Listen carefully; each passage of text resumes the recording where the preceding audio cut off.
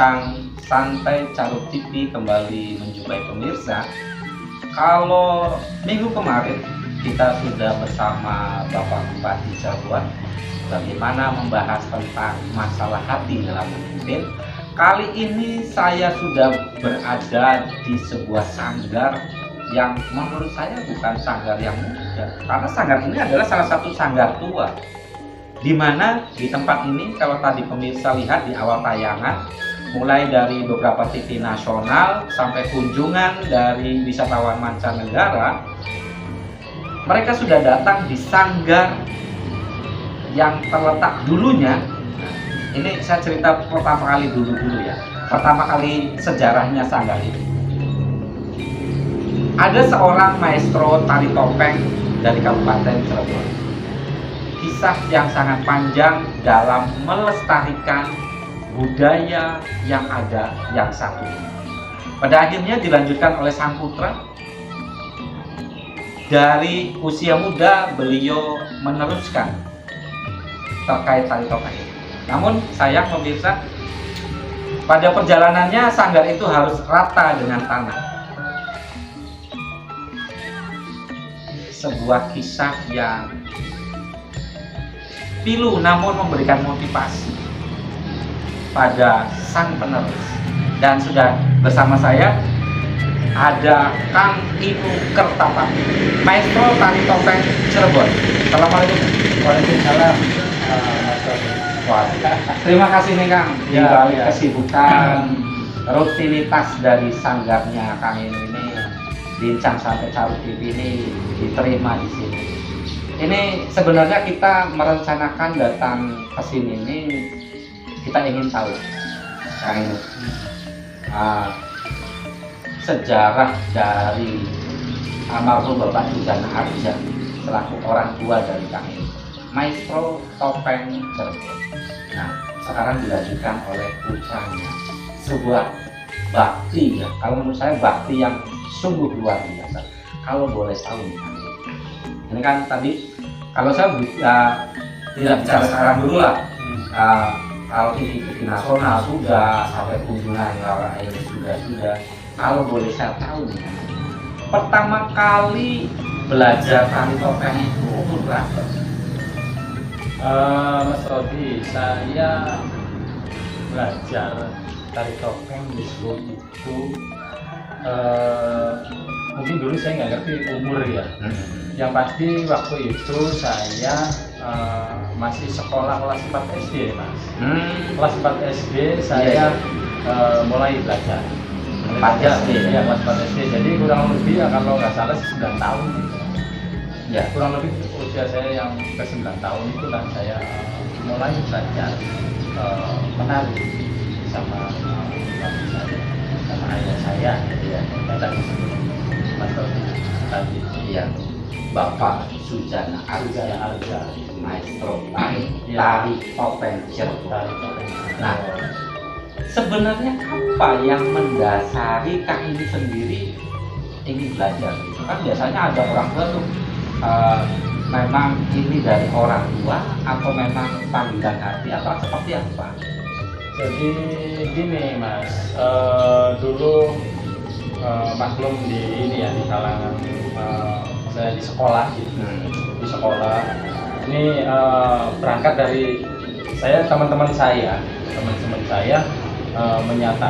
mengatakan kepada saya, itu kamu tuh anaknya ini tukang nari ya kan gitu kan, anaknya ini tukang nari dan terkenal ya kan gitu, anaknya Pak Jana gitu waktu itu.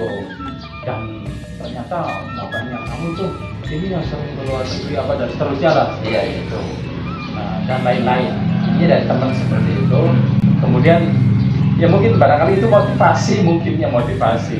Nah dari sana Mas, dari sana saya muncul di pikiran saya, wah berarti saya harus belajar dong kan gitu kan. Saya harus belajar sama bapak saya menari kan gitu.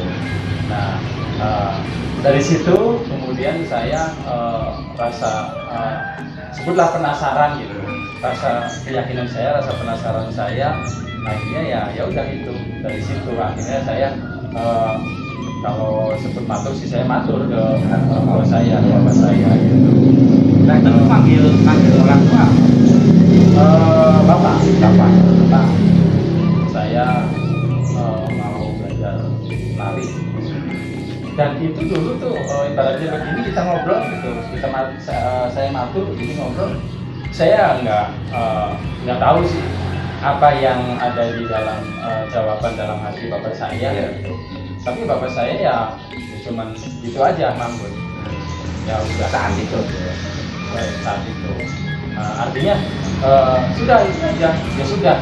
Nah saya kan ketika ada jawabannya sudah ya berarti saya mau diajarin nih kan gitu. Ternyata yang ada tuh bukan diajarin gitu, istilahnya ya diajak ngobrol gitu. Diajak ngobrol, diajak ngobrol kayak apa ya? Maaf istilahnya kayak diinterogasi kan gitu. Oh, Kayak diinterogasi. Iya. Kamu bener serius kan gitu kan? Serius pengen nari, pengen belajar nari. Ya dan seterusnya lah gitu. Ya itulah saya juga di sana seperti saya tekad gitu, saya udahlah pokoknya saya dalam hati pokoknya saya ingin kayak bapak gitu. Saya pengen kayak bapak saya. Motivasi itu. Iya itu. Intinya itu. Saya pengen kayak bapak saya, yaitu teman-teman saya jadi penari dan jadi orang terkenal dan seterusnya lah gitu. Itu. Nah, akhirnya sama bapak saya itu diobrolin gitu, diobrolin itu bukan ngobrolin ke materi pelajaran kalau istilah orang belajar kan gitu, tapi ngobrolin lebih kepada di luar itu gitu mas. Oh. Kayak semacam apa ya, kayak semacam bahasa interogasi sih. Kamu bener ini gitu, yakin anu dan seterusnya. Nah di sana juga ada semacam uji coba lah gitu, kayak semacam uji cobanya gini. Kamu bener pengen nari, pengen belajar nari, pengen bisa nari, jangan salah loh, nanti nari tuh nanti akan merasakan gimana, ada apa dan seterusnya gitu. Jadi yang ada itu kayak ini ya, kayak tantangan gitu mas. Nanti kamu bisa nari itu nanti bisa dibilang sama teman-teman yang lainnya, nanti kamu nari itu kayak si masa nari laki-laki dan seterusnya gitu lah. Jadi lebih kepada apa ya, dalam tanda kutip kayak ada negatif-negatif lah gitu kan. Jadi orang tua itu membekali itu dulu ya sebelum. Iya, kayak semacam apa ya, iya istilahnya membekali lah gitu. Cuman waktu ya karena mungkin saya waktu itu memang sudah tekad saya pengen gitu. Jadi apa yang dibilang sama bapak saya itu sudah tidak menjadi halangan gitu. Akhirnya dari sana mungkin bapak saya itu istilahnya benar-benar menginterogasi itu sudah tahu semua, akhirnya baru masuk kepada wilayah materi tarian gitu. Itu bahwa ya udah kalau begitu kamu tahu nggak nari? Ya tahu nari gitu. Tahunya di mana? Saya bilang ya tahunya bapak kalau nari kan gitu kan. Oh gitu, udah. Iya, ya udah. Sekarang gini, nari itu bukan seperti yang kamu lihat seperti itu saja gitu. Tapi banyak yang harus dipelajari. Selain itunya gitu ya. Oh gitu. Jadi bukan hanya sebuah rangkaian gerak dari tubuh ya. Bukan itu saja. Terus apa itu yang selain itu? Ya udah. Kamu bener serius mau belajar nari, mau sungguh-sungguh, ya udah. Istilahnya sih apa sih istilahnya nanti sore Jumat gitu kan istilahnya. Ada bahasa seperti itu. Ya udah sekarang kamu besok puasa. Itu mas. Iya. Saya pengen nari disuruh puasa kan gitu kan istilahnya gitu. Itu awal ya dalam hati itu iya. Nah kemudian kalau nggak salah sih harinya Rebo apa Selasa gitu. Antara Selasa atau Rebo. Ya maksudnya berarti saya harus puasa hari Rabu tuh. Gitu. Ya udah besok puasa. Ya sudah kan istilahnya. Jalani aja. Iya karena memang kan memang saya kan istilahnya satu rumah kan gitu. Iya. Jadi ibaratnya saya tuh kalau misalkan jalan salah pasti dikasih tahu kan gitu. Iya. Nah ya memang seperti itu. begitu besok pagi tuh ini jangan lupa kamu puasa hari ini kan gitu. Oh iya ya kan gitu, ya udah yakin begitu saja gitu kan. Nah, udah terus sore ibaratnya kalau orang puasa kan harus puasa sehari kan istilahnya gitu. Sore istilahnya dikasih suruh makan, suruh buka lah istilahnya kan gitu. Ini jangan lupa nanti hari Kamis sore nanti kita akan kamu nanti akan saya injak-injak. Oh, dalam arti gue injak-injak kan gitu kan. Injak apa Pak? Nanti saya mau injak-injak badan kamu kan gitu istilahnya. Nah itu kan berarti Rabu, berarti masih ada satu hari lagi Kamis, berarti juga 2 hari tuh istilahnya. Nah memang saya masih dalam kondisi puasa itu tuh. Ya saya juga nggak tahu istilahnya. Pokoknya saya nggak pernah menanyakan apa maksud dan tujuannya gitu. Jadi mengikuti saja. Mengikuti aja itu, karena mungkin kalau istilah ini mungkin sudah di awal tuh interogasi apa lain sebagainya kan gitu. Saya udah tekad kan mungkin kan gitu masuk. Nah, inilah mulai mungkin prosesnya. Nah, pas hari Jumat Kamis sore istilahnya sore Jumat gitu. Jadi entah itu sebagai apa ya simbol, entah ritual, entah apa, saya juga ya pokoknya itu mengalir aja ya Mas. Saya tiba-tiba diajak, itu kamu sini, kamu lepas bajunya, istilahnya gini, lepas bajunya. Terus gimana Pak? Ya udah lepas bajunya aja, celananya nggak usah, nggak apa-apa. Kan, tapi kan celananya celana ya celana begini, celana pendek lah gitu. Udah, terus gimana? Kamu tiduran gimana? Ya tiduran terlentang. Saya suruh tiduran di mana? Di sini. Ternyata saya suruh tiduran depan pintu Mas. Pintu ya rumah gimana lah pintu, tiduran depan pintu. Terus gimana? Ya kamu tiduran aja sob, kepalanya ke sana, terus kakinya ke sini gitu. Kepalanya menuju ke dalam rumah lah kan gitu. Bahasa ininya sih, bahasa Cirebonnya sih mujur kan gitu kan. Biar mujur lah gitu. Ya udah saya ikutin. Saya terlentang, saya diinjak-injak gitu dari sini, dari leher gitu.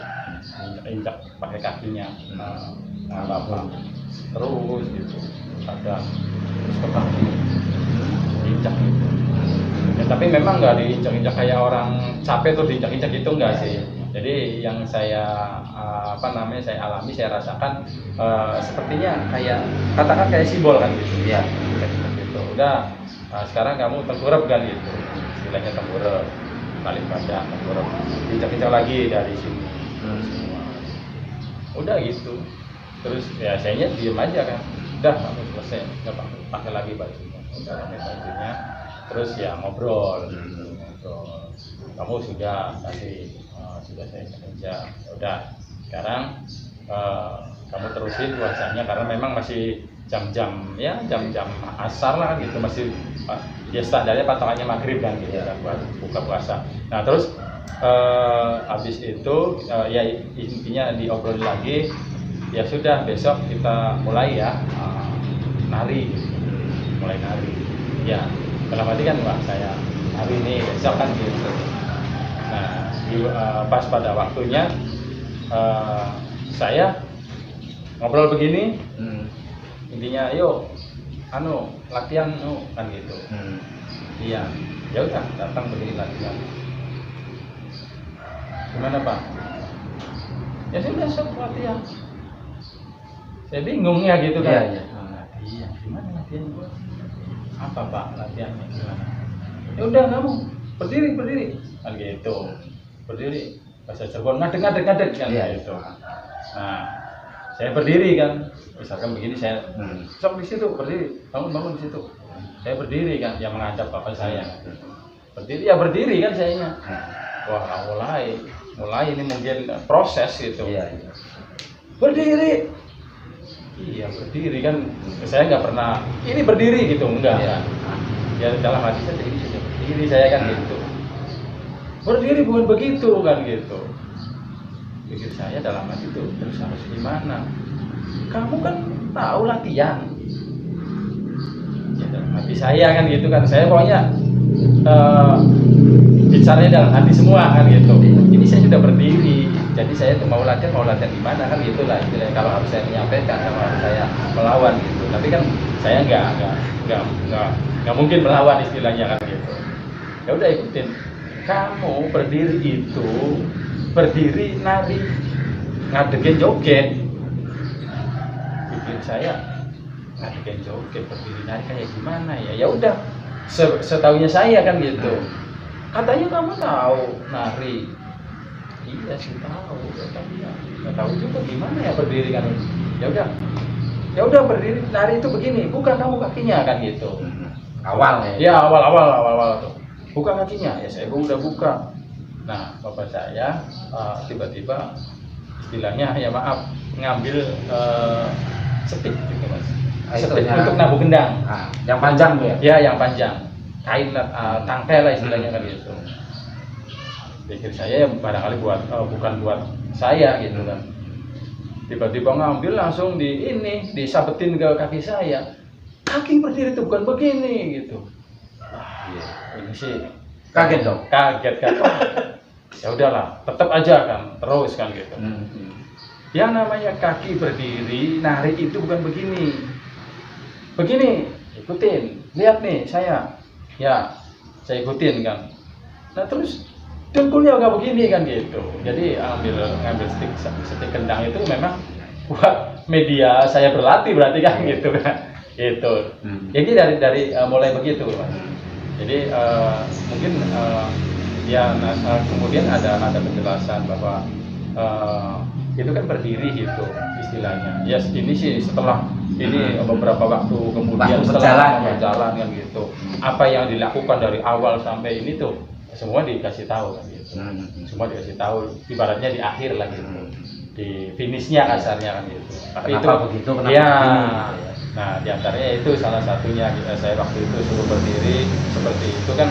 Kenapa bapak saya awal itu saya suruh berdiri, dan memang kaki itu yang sebagai awal bergerak lah kasarnya kan gitu.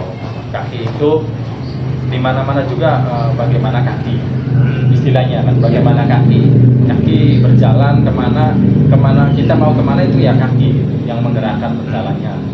Terus ya apa sajalah semua itu kaki, bangunan apapun gitu, apalagi bangunan sebuah rumah atau bangunan apalah dibutuhkan fondasi yang kuat lah istilahnya kan gitu loh filosofinya. Iya filosofinya gitu. Makanya ini membentuk kaki berdiri saja sampai sedemikian rupa gitu. Kan kalau kita bangunan gitu ya kan memang fondasinya harus ini harus kuat dan lain sebagainya. Kalau nggak salah sih kan, yang namanya bangunan itu bahkan kayaknya yang lebih mahal itu bikin fondasinya, kayak katakan seperti itu kan. Jadi ternyata oh iya fondasinya. Nah dari situ mas, terus yang memang saya berproses itu belajarnya ya dengan pola-pola seperti itu, dengan pendekatan yang apa ya itu ya maaf kalau istilah saya sih pendekatan spiritualnya juga ada. Istilahnya tadi kayak jadi puasa apa sebelum melakukan latihan iya juga kan puasa juga. Sebelum menggerakkan badan kita itu, ngebentuk badan itu seperti apa, jadi ada ini dulu gitu, pendekatan ke jiwa kita itu mendekati gitu. Jadi ya di situ juga saya menemukan jawabannya bahwa sesuatu apapun kalau kita melakukan gitu apapun, kalau tidak disertai dengan keyakinan atau istilahnya jiwanya kitanya tidak menerima, tidak mendekati, itu nggak mungkin akan benar apa yang kita kerjakan gitu. Mungkin istilah sekarang kan kerja dengan hati, istilahnya kan gitu loh mas. Iya. Gitu. Betul. Cuman kalau ini kan istilahnya nari kan gitu kan. Nari dengan sungguh-sungguh, nari dengan hati istilahnya kan gitu. Nah itu lebih ke situ. Mungkin ya inilah tadi yang saya sebut istilahnya kerja dengan hati. Jadi memang segala-gala ya konon ya semua butuh dengan hati gitu. Ya. Nah, Mas, ini belajar ya. Waktu pertama kali pentas umur berapa itu? Pertama belajar kan saya kan kelas 4 SD ya, istilahnya saya sebut sekolah lah gitu. Saya sebut sekolah kelas 4 SD. Terus kemudian pas di kelas 5 di kelas 5 saya naik kelas 5 kan, naik kelas 5, terus di situ Berarti saya itu satu tahun ya, berarti satu belajar tahun, ya, berarti satu tahun baru kemudian. tampil. Itu dan kalau istilahnya pertama kali gitu, Iya, iya. pertama kali setelah proses tuh, nah saya disuruh apa namanya, menari istilah di sekolah itu, tampil. Kalau istilah bahasa sekarang kan perpisahan kan gitu istilahnya, kalau pasan atau perpisahan lah gitu kan. Nah itu juga kan permintaan sekolah kan. Nah terus ada apa ya, pesan dari bapak saya kan gitu. Nah ini kan dua saya bingung gitu. Berarti saya ini harus mau nari atau jangan dulu kan gitu. Dari sekolah sih suruh saya nari dengan alasan sekolah sudah tahu bahwa saya sudah belajar kan gitu. Tapi satu sisi dari bapak saya belum selesai belajarnya. Jadi saat itu ada kontradiktif ya? Iya. Kalau dari orang tua sendiri jangan dulu. Iya. Kalau dari sekolah harus tampil. Gitu. Jadi saya bingung juga waktu itu. Tapi ya akhirnya sih ujung-ujungnya ya itu saya harus nari gitu. Cuman banyak pesan dari orang tua saya gitu. Kamu akan menari, berarti kamu harus ada poin-poin yang perlu dilakukan. Kamu mau nari, karena kamu kalau sudah nari itu bukan latihan. Kan gitu istilahnya, bukan latihan, bukan hanya sekedar nari biasa gitu, tapi kamu sudah menyampaikan gitu, menyampaikan apa yang sudah kamu lakukan. Karena di sini ya kata bapak saya kan ini yang saya pelajari itu bukan tari yang kalau istilah sekarang sih bukan tari modern, gitu. Tari yang tari tradisi yang ada filosofi dan gitu. Jadi gitu, makanya pendekatannya juga tadi saya sampaikan, belajarnya juga dengan pendekatan jiwa kita juga kan gitu. Jadi harus kita menari juga harus bisa mengatur itunya juga, memunculkan bahwa jiwa kita itu memang ada di sini kan gitu. Jadi itu Mas. Jadi karena mungkin dipandangnya saya belum selesai belajarnya, makanya banyak aturan istilah saya itu harus narinya tuh, itu harus begini, harus pindah seterusnya gitu. Nah itu mungkin ya diantaranya saya juga menari kan, iya saya tampil gitu, pertama kali tampil saya tuh nanti gimana gitu, ada rasa itunya Mas. Iya. Ada rasa gimana tuh pertama kali tampil? Ada rasa, aduh nanti gimana ya, nanti bener enggak gitu, waduh. Ya bahasanya istilah sebutlah grogi lah kan itu, istilah grogi. Aduh gimana ya, padahal itu kan yang apa namanya, yang nonton kan teman-teman saya sekolah ya kan gitu, paling yang orang lain kan ya guru kan istilahnya, masyarakat sekitar juga kan sedikit kan, karena di lingkungan sekolah kan gitu, paling banyaknya guru kan gitu. Aduh nanti ada guru teman-teman saya, padahal itu kan lingkungan sendiri kan gitu. Tapi ya itu aduh kayak gimana lah kan gitu. Nah terus ya memang sebelumnya juga saya itu dikasih apa namanya istilahnya, kalau orang ujian sih kisi-kisi kan sama bapak saya itu. Nanti besok nanti kalau joget, kalau nari nanti jangan lupa, ya ini intinya sih lebih kepada doa kan. Jangan lupa doa. Dan ibarat kita itu mau ngomong, mau menyampaikan dalilnya, yang punya dalilnya nih. Ibaratnya kita kan mau menyampaikan penyampaian ini punya siapa kan gitu. Jadi kita mohon izin ke yang punya dalilnya, pemiliknya asalnya kan gitu. Jadi ibaratnya saya juga mohon izin gitu. Mohon izin, saya akan menyampaikan ini, saya akan menarikan ini dan gitu. Bapak saya sih hanya beliau bilang saya sih hanya penyampai saja, saya hanya menyampaikan ini ke kamu, tapi ini ada yang punya lagi, kasarnya kan begitu. Jadi ya itulah ada ini sih campur Mas, ada grogi apa gitu, cuman ya istilahnya saya yakin aja gitu, saya pede aja. Ya alhamdulillah istilahnya kata bapak saya sih alhamdulillah tidak ada gangguan kan, tidak ada hambatan. Pentas pertama itu. Nah itu tidak ada hambatan, tidak ada gangguan, tidak, kasarnya lancar lah kan gitu. Kalau sekarang kan lancar dan sukses lah kasarnya kan gitu. Gitu Mas, alhamdulillah pada waktu itu kita bisa pertama kali bisa pentas di sekolah itu. Luar biasa. Kelas umur 9 tahun, kelas 4 SD pemirsa, 1 tahun perjalanannya belajar tali topeng. Walaupun sebenarnya kata bapaknya ini belum harus tampil, tapi karena dorongan dan permintaan sekolah, akhirnya kelas 5 ini harus tampil. Tapi alhamdulillah katanya sukses gitu. Nah, mengenang kisah masa lalu. Beliau ini kan adalah pewaris dari maestro topeng Bapak Sujana Arjana.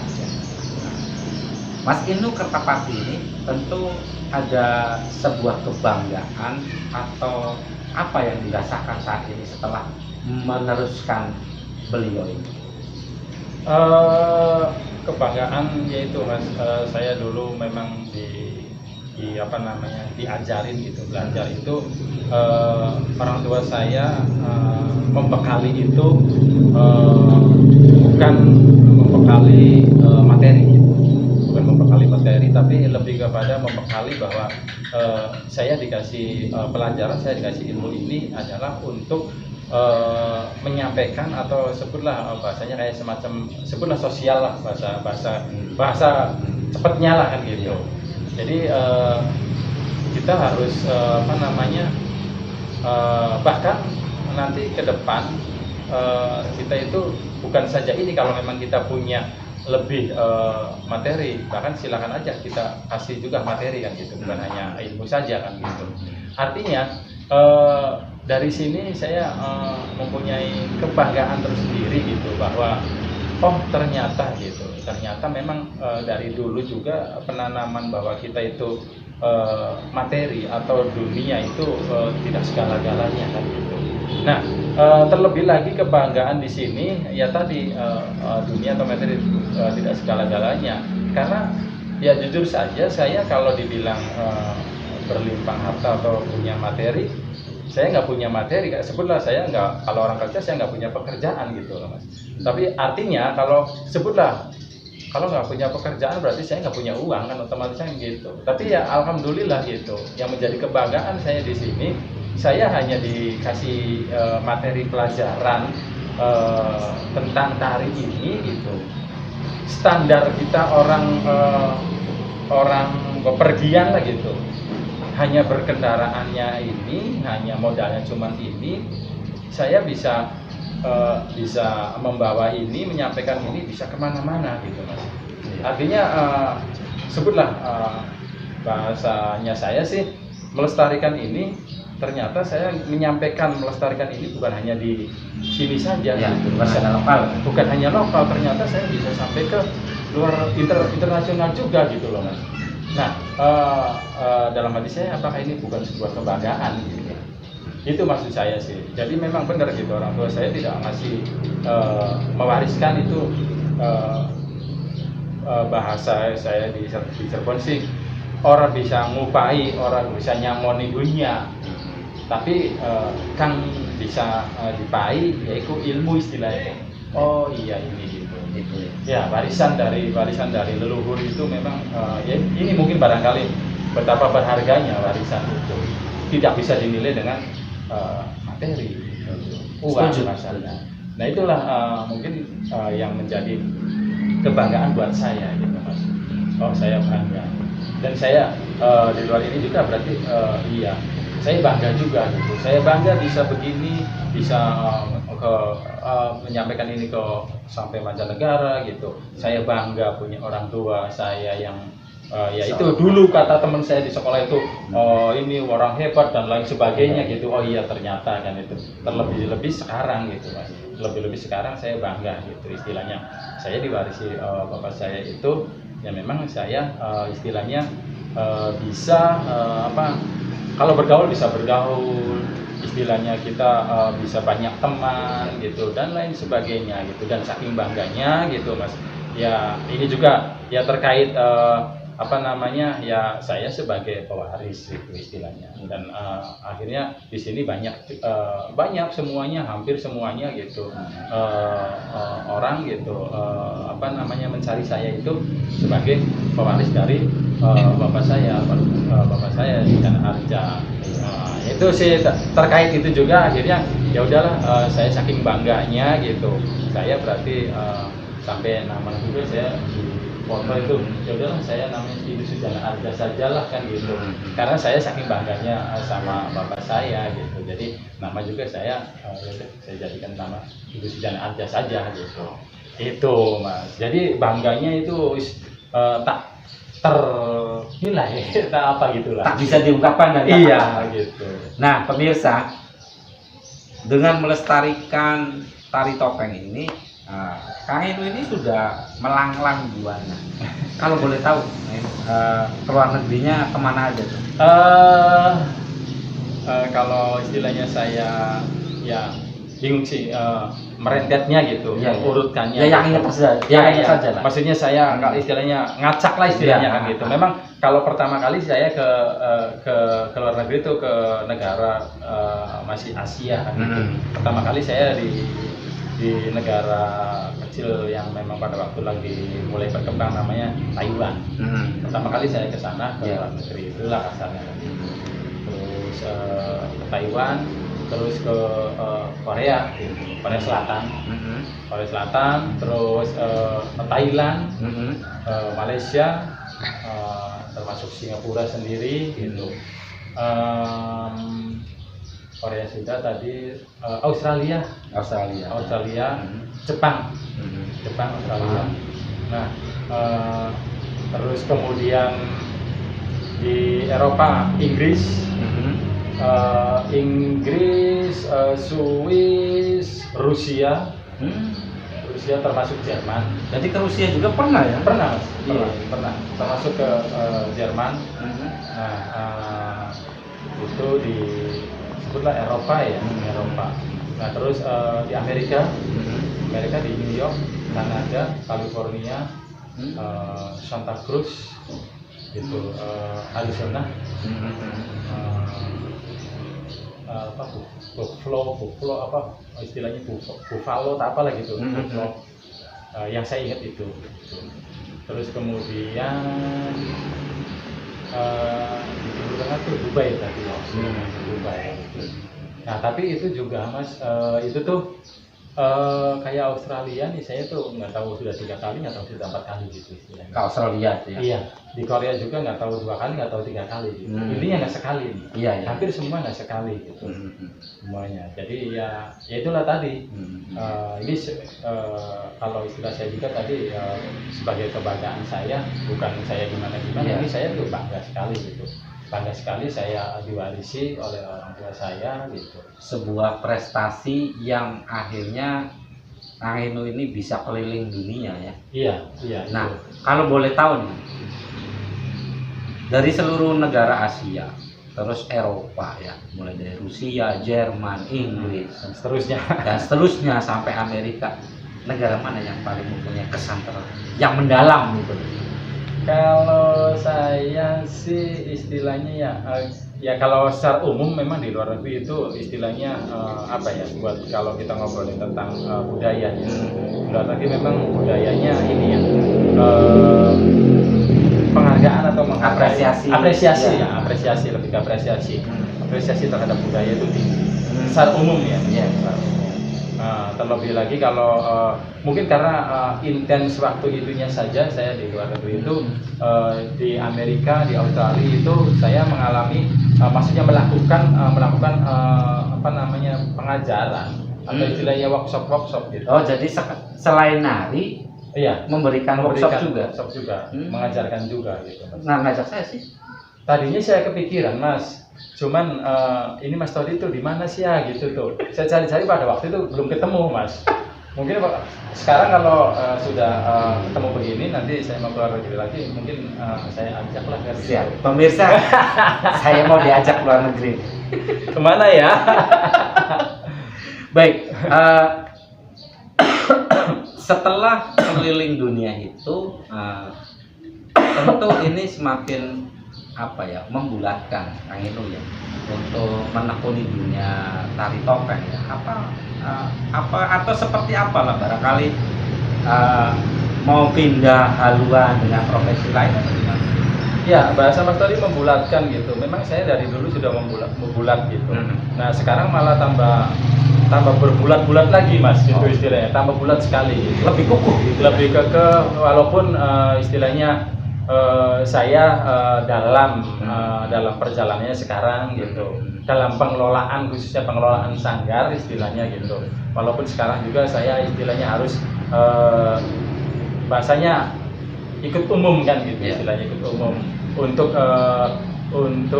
memenuhi, kalau bahasa orang dagang sih memenuhi konsumen kan. Walaupun kita di sini sanggar juga akhirnya ada muatan-muatan lain gitu seninya, tapi mengikuti selera pemirsa. Itu istilahnya kalau bahasa orang dagang kan konsumen kan istilahnya kan. Karena kalau di situ kan bagian dari olahan sanggar kan istilahnya kan gitu. Bahwa sanggar saya juga ada istilahnya sebagai ketua sanggar, pengelola sanggar, jadi saya juga ada memikirkan karena banyak anak gitu, banyak anak yang pada belajar kan gitu. Artinya saya berpikir banyak belajar ke sini, kalau bahasa elektroniknya sih output inputnya kan gitu. Ketika ada anak belajar, input ke sini itu belajar, berarti saya juga harus ngasih keluar outputnya gitu kan bagi mereka. Nah, di antaranya saya harus memprogram bagaimana istilahnya orang-orang itu bisa tampil misalkan gitu, tampil.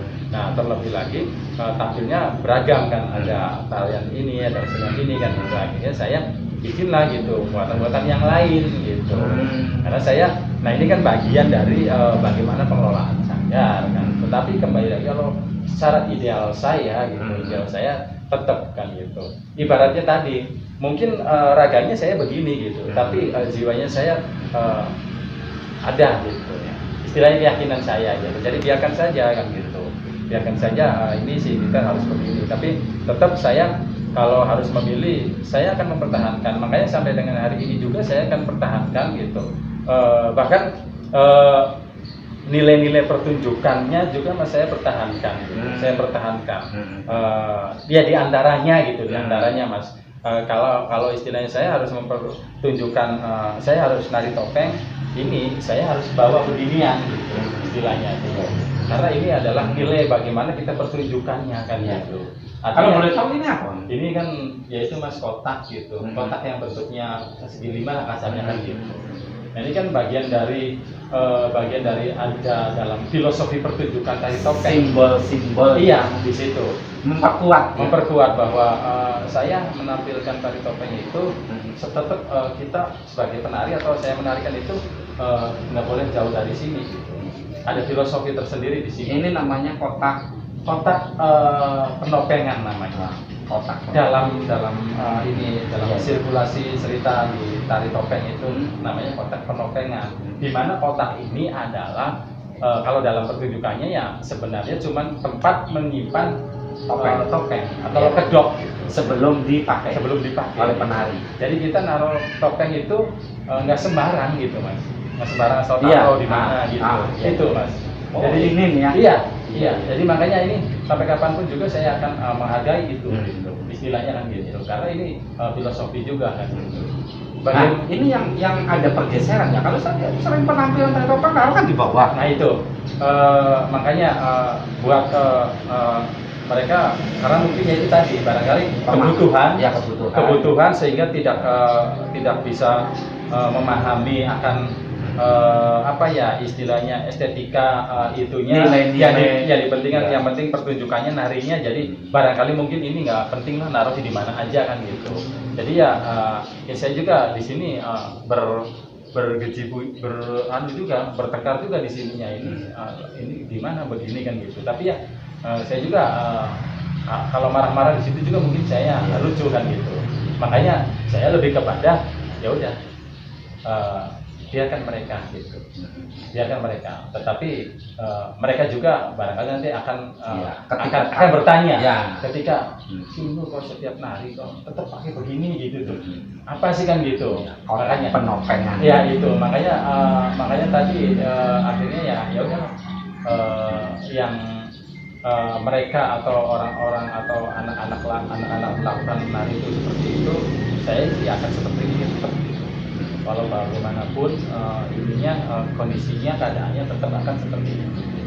Dan bahkan saya lebih idealnya lagi mas, kalau misalkan ada yang manggil, diundang gitu ya, seperti ini beberapa hari ke depan juga saya diundang sebagai katakan sebutlah bintang tamu lah gitu, nanggap gitu. Semuanya sudah disediakan semua di sana. Nah saya lihat wah itu belum ada kotak gitu, nanti saya pasti akan bawa kotak gitu. Itu bahkan ya ideal saya saya secara pribadi kalau nampil nari sih saya nggak mau gitu menyusuan ideal saya, karena di situ ada peran pemain gamelan kan istilahnya yangga kan gitu, karena estetika lagi kalau saya sih itu lebih ke sana gitu. Estetika filosofinya bahwa saya nari itu nggak saya sendirian, estetika saya atau filosofi saya nari bukan sendirian gitu, tapi saya nari itu karena ada ini gitu, ada ini dan seterusnya gitu, gitu mas. Kalau saya gitu, jadi bahkan selalu kalau misalkan ada yang walaupun ada lah satu dua kan gitu, tapi kebanyakannya kalau misalkan ngundang saya suruh nari, tar dulu, kalau undang saya nari bukan masalah nilai atau bayarannya berapa, ya. Tapi saya kalau nari saya harus begini. Kenapa begitu? Ya saya sih hanya meneruskan amanat saja gitu. Meneruskan amanat berapa nari itu harus begini gitu. Tetap seperti tadi saya di awal belajar itu seperti itu apa dan seterusnya. Jadi bukan saja apa ya, jadi apa yang dilakukan oleh beliau ini dilanjutkan oleh itu bukan saja dari tariannya, tapi hal-hal yang seperti itu juga bisa gitu. Jadi ya karena kalau kita kupas kan nanti kan banyak gitu, banyak. Justru dari sinilah muncul istilahnya filosofi yang kalau memang kita mau tahu berarti kita bisa belajar dari sana. Iya. Belajar dari sana gitu, menghargai dan lain sebagainya. Luar biasa. Ini ngomong-ngomong, Panji Asmara, ini nama ini dari bapak atau? Ya, Panji Asmara dulu bapak saya itu sebenarnya kalau secara perkumpulan kita orang itu sudah lama sekali kan itu. Sudah lama sekali, mungkin ya memang seperti itu ceritanya. Bapak saya itu dulu kan istilahnya kan dulu kan ngamen bebarang gitu, jadi keliling gitu, istilahnya sudah ada perkumpulan nih istilahnya kan. Nah kemudian perkumpulan itu kalau bahasa kerennya sih dilegalkan lah gitu, dilegalkan, dibentuklah menjadi lembaga. Ya kalau istilah lembaga tuh ya ini namanya sanggar gitu. Waktu itu ya udah dibikinlah nama Sanggar Panji Asmara. Nah Panji Asmara ini juga konon katanya bapak saya itu dulu sering dijuluki sebagai penari tokoh dalam cerita Panji gitu.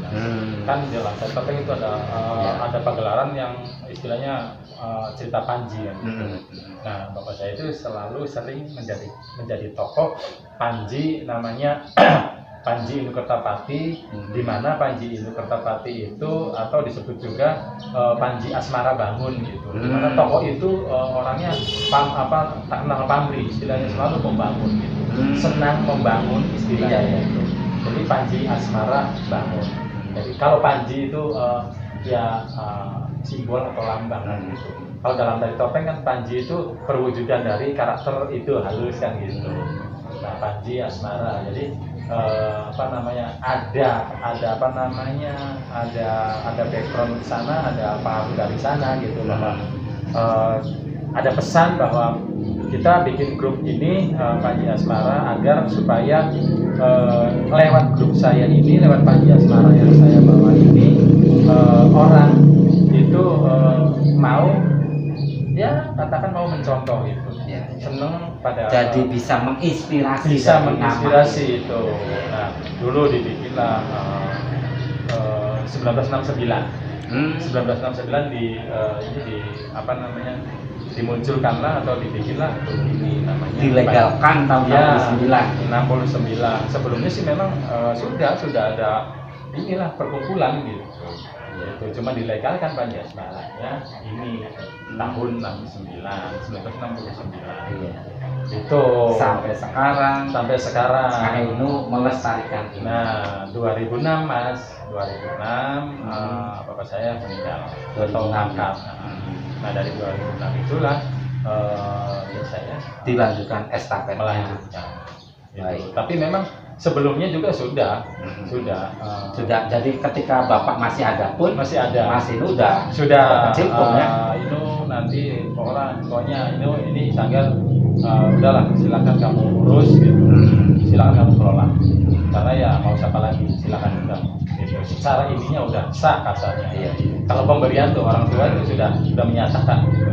Ya karena ya jujur aja Mas, saya itu apa namanya, bapak itu punya anak 4 bersaudara. 4 bersaudara. Nah, ini anak ke? Saya anak ketiga. Saya anak ketiga. Kakak saya, ada kakak saya lagi, baru saya. Gitu. Terus ada adik saya. Gitu. Keempat-empatnya. Nah, artinya tadi tiba-tiba bapak saya itu mungkin melihat saya itu mau belajar dan mungkin dipandangnya ada penerusnya kan gitu kan. Akhirnya itu tadi, ya udah pokoknya kamu teruskan aja, nanti urus silakan di sana gitu. Jadi ada kepercayaan seperti itu. Karena kakak saya yang pertama enggak. Kalau istilah meneruskan tuh enggak meneruskan. Iya. Nggak belajar. Enggak ngerti sedikit pun tentang seni, Pak. Iya. Kasarnya kan gitu. Nah, kakak saya laginya sama juga seperti itu, tidak meneruskan, tidak belajar sama bapak saya gitu. Jadi sebagai ya umumnya ya sebagai anak saja kan gitu. Tapi Memilih bidang lain. Iya, tapi tidak mengikuti jejaknya kan gitu. Jadi ya itulah. Nah, setelah saya bahasa Cirebon laginya nih, dilala kan. Dilala keresane kang kuasa kan gitu. Nah, ya kemarin juga saya dan hampir saya sering mengatakan mungkin ini sudah menjadi titis waris gitu. Mungkin kan gitu. Dari atas itu bahwa waris yang warisannya ini tuh yang mewariskan nanti ini kan gitu. Jadi saya berasumsi seperti itu. Oh, mungkin ini sudah menjadi titis waris. Karena ya mungkinlah itulah istilah perumpamaan titis waris, istilahnya apa saja gitu sudah ditentukan gitu. Kalau memang sudah, kalau belum titis warisnya ya mungkin ya itu tadi, mungkin kakak saya gitu dan seterusnya gitu.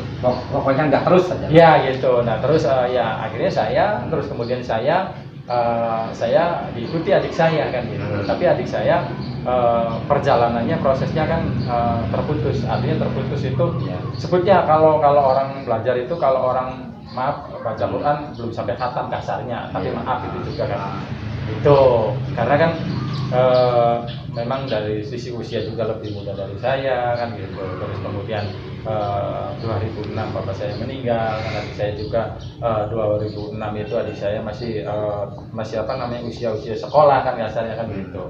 Jadi artinya secara konsentrasinya nggak fokus kan kasarnya kan gitu. Tapi ya secara penerusan yang memang mungkin ya dalam tanda kutip yang utama saya, terus kemudian ya ada adik saya kan. Itu secara Panji Asmara. itu. Menarik sekali pemirsa. Mungkin pemirsa baru tahu ya, ada namanya kotak penopengan.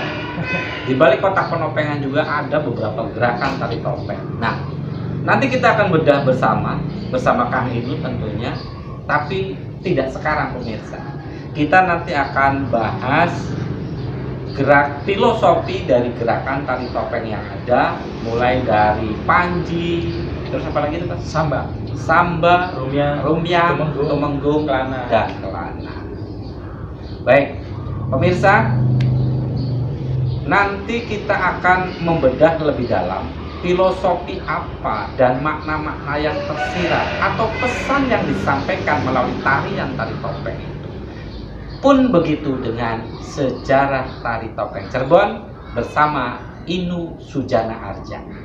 Akhirnya pemirsa, kita akan bertemu kembali dengan bincang santai berikutnya, membedah itu semua bersama sang maestro Inu Sujana Arja. Saya mewakili kerabat kerja petugas Tony Bintang mengucapkan terima kasih. Wassalamualaikum warahmatullahi wabarakatuh.